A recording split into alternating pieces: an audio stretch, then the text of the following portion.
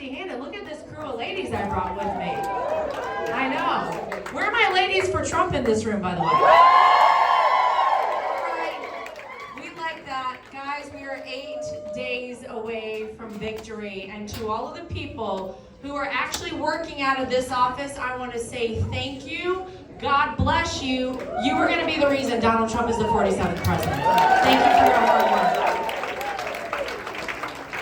And you know, if I may, it's really dawned on me. By the way, did anybody see the Madison Square Garden event last night?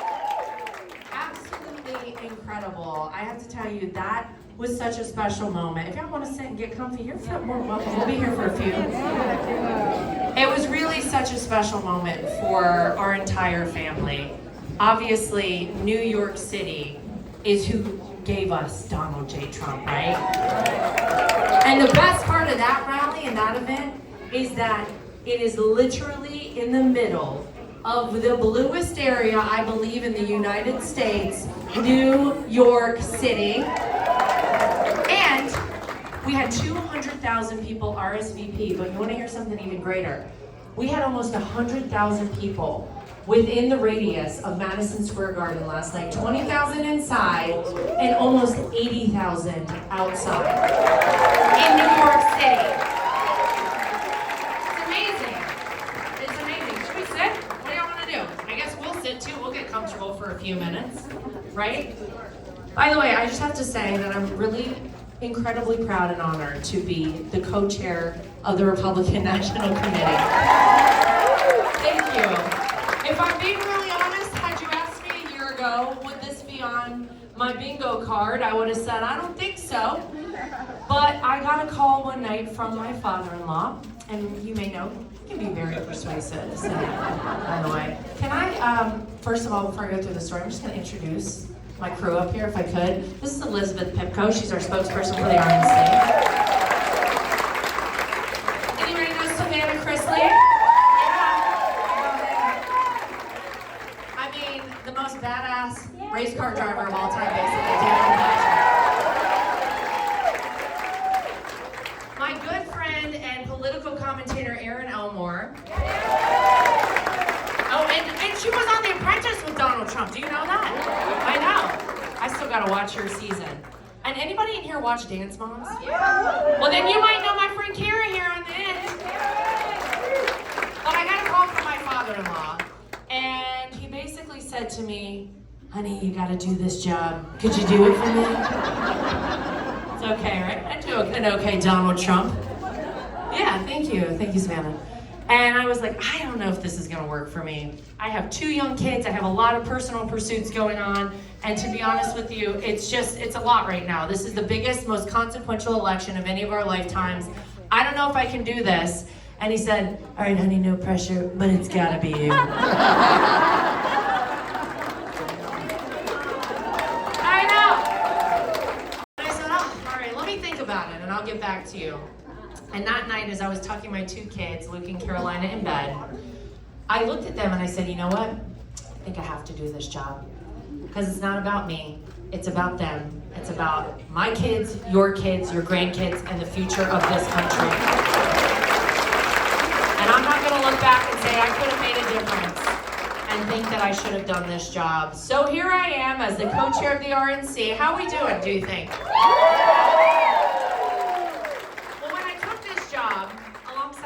Michael Watley, I said, all right, what is it that we're going to do at the RNC? Because let's be honest, the RNC maybe was doing a few too many things, trying to be too many things to too many people. We said we're going to have 2 jobs, get out the vote and protect the ballot. And that is what we have done. We have the best person to get out the vote that has ever existed in politics, Donald J. Trump, right? He gets them out. And it is our job to protect the ballot. So we have the most aggressive and intense election integrity operation that the world has ever seen right now. We said we'll put a very lofty goal in place for ourselves. We're gonna say, I don't know if we can do it. We're gonna try to recruit 100,000 people to be volunteers, poll watchers, poll workers, and legal experts all across the country. And I'm happy to report, as of about 10 days ago, we have trained 230,000 people.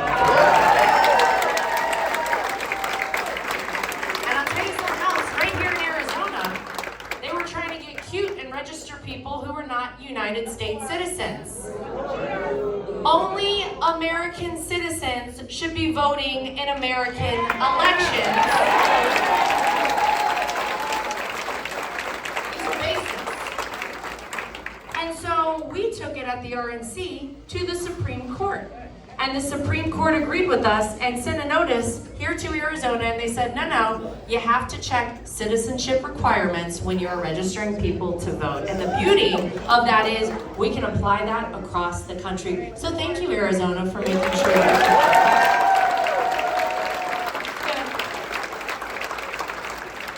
But I gotta tell you guys, this has been the most incredible ride of my life. To be part of the Trump family, to be part of this movement. And if anybody saw my husband and I yesterday speak at Madison Square Garden, he said it. This is not about politics. We're a family. You guys, we are a family.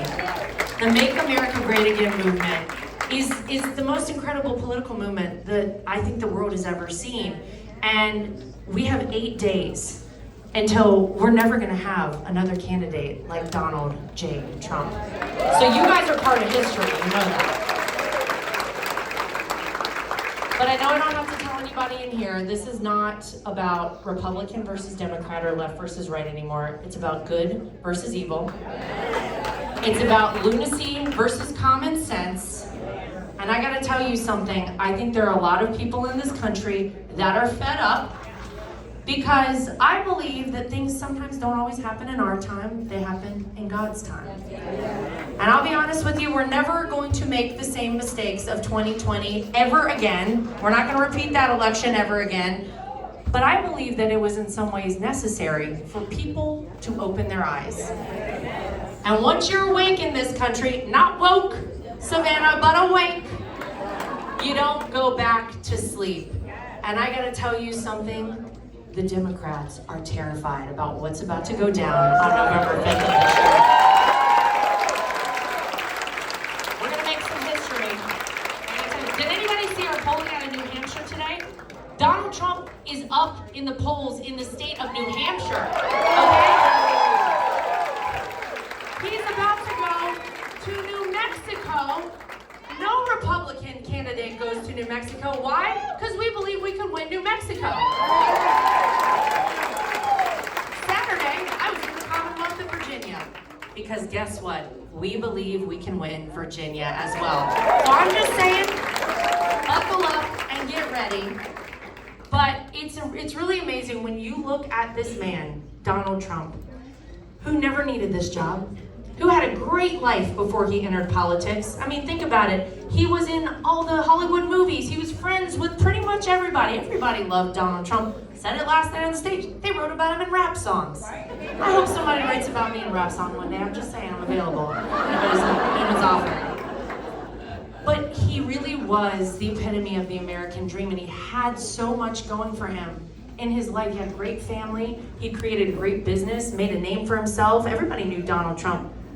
And then he came down the golden escalator and decided to run as a Republican. And it all changed. And they said, oh, wait a minute, we're gonna get rid of this guy. We'll take him out pretty quick. And then one by one, 17 candidates in 2016, all of them could have absolutely been president of the United States. He defeated them. And he started exposing things that nobody wanted exposed in the swamp, in the deep state, mainstream media. He started calling people out and making people wake up and take a look at what had been going on in this country. And so they said, well, we gotta fight against this guy. And when he got elected on November 8th of 2016, I know all y'all remember where you were that night. Get ready for that feeling. I think all of us naively in our family said, oh, well, he's president. They're gonna treat him right. They're gonna be honest. They're gonna want him to be successful because a successful president is a successful country. Oh, how wrong we were. And they fought against this man every single day. But think about what Donald Trump accomplished for this country. The lowest unemployment for African Americans, Hispanic Americans, Asian Americans, and women. We had trade agreements with Mexico, with Canada, with China. We had peace agreements, the Abraham Accords in the Middle East instead of a war in the Middle East. Every president before him said they would do it, but it was Donald Donald J. Trump, who finally moved the American embassy in Israel to Jerusalem and recognized the Golan Heights. First president in 82 years with no new wars.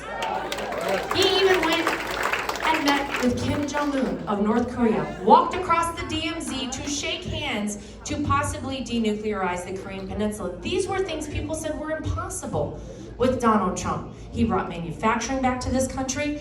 Actual wage growth was happening in America. People were saving money and going on vacations or, putting a little away for the future for the first time in a long time. Donald Trump had the most comprehensive prison reform in decades with the First Step Act. It reversed the 1994 Clinton crime bill, which, by the way, Joe Biden co-signed. I know, Savannah, go ahead, girl. He did things in this country that were remarkable, that most presidents in 2 terms couldn't dream of doing, even though they fought against him every single day.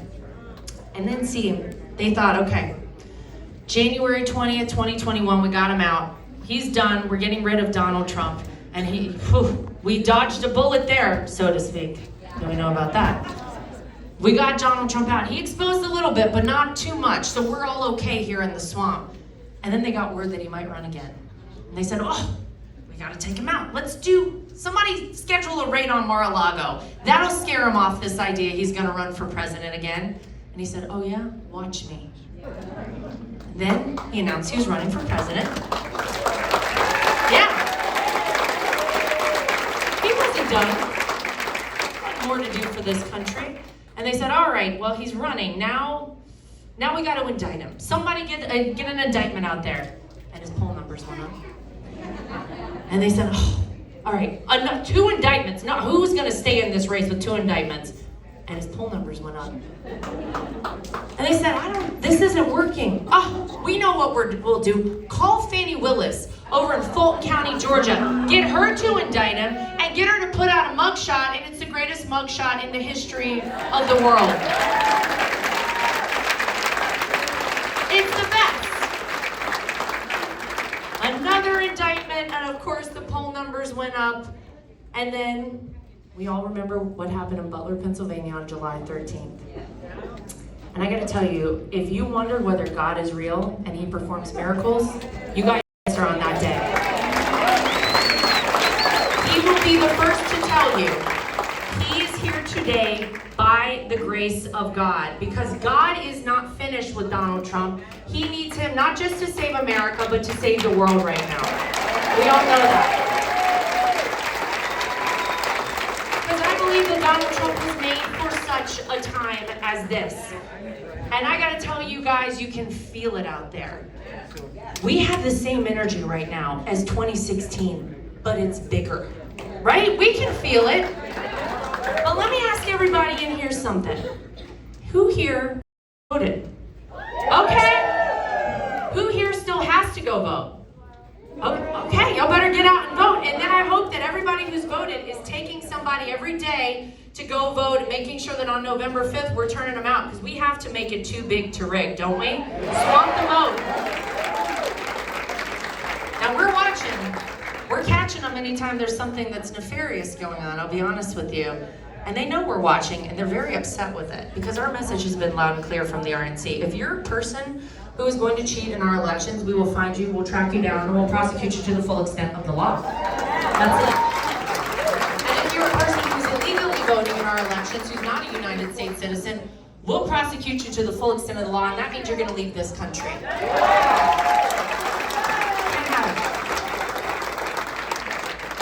But guys, we know what's on the line right now. You feel how important this election is.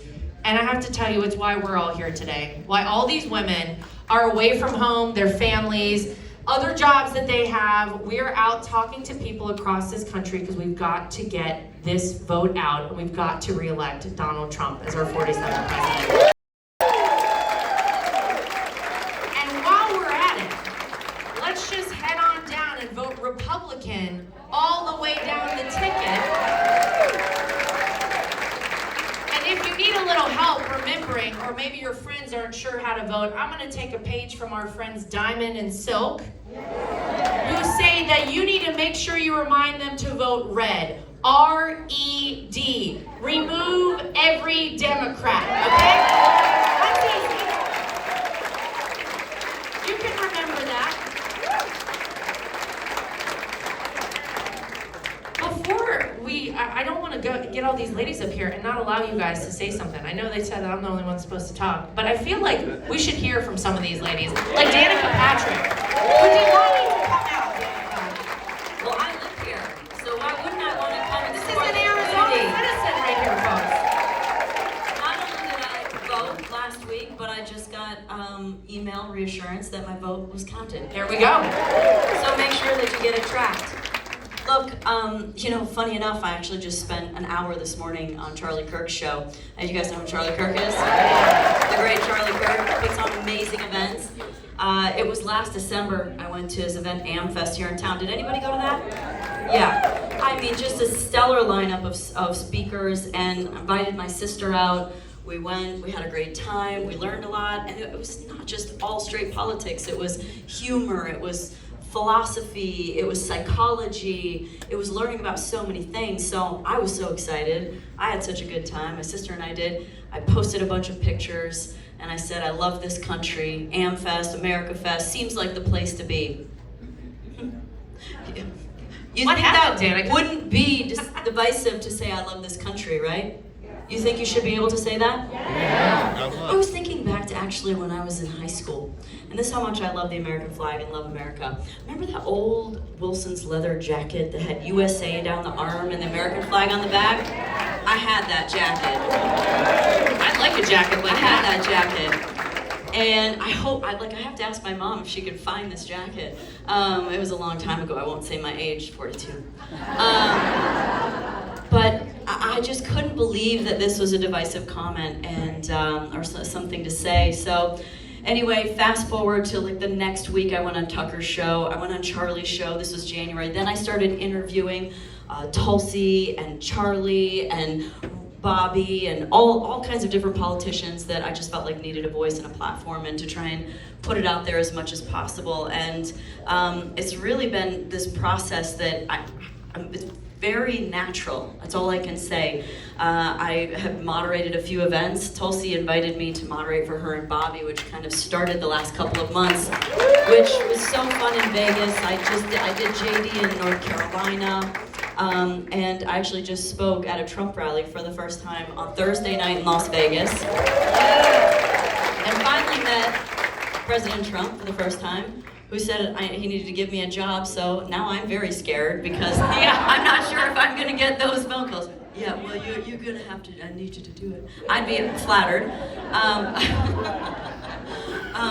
But it's been quite a ride, and I think I'll sort of close the loop on all this and just sort of like the sort of moral, psychological, emotional part of it. When I met Tucker at the event here at AmFest in December and had gone on his show, I appreciated it. I sent him a message, thank you, and he said, wow, you're wonderful. I think big things are coming for you, and you're probably not going to know what that big thing is. It's probably not going to expect what it is. So fast forward to when I had moderated for JD in North Carolina for his town hall, and he had apparently asked for my number through the pathways after we were done. So he sends me a text right away. I'm sure he's in the air, because I am. And he said, thank you very much.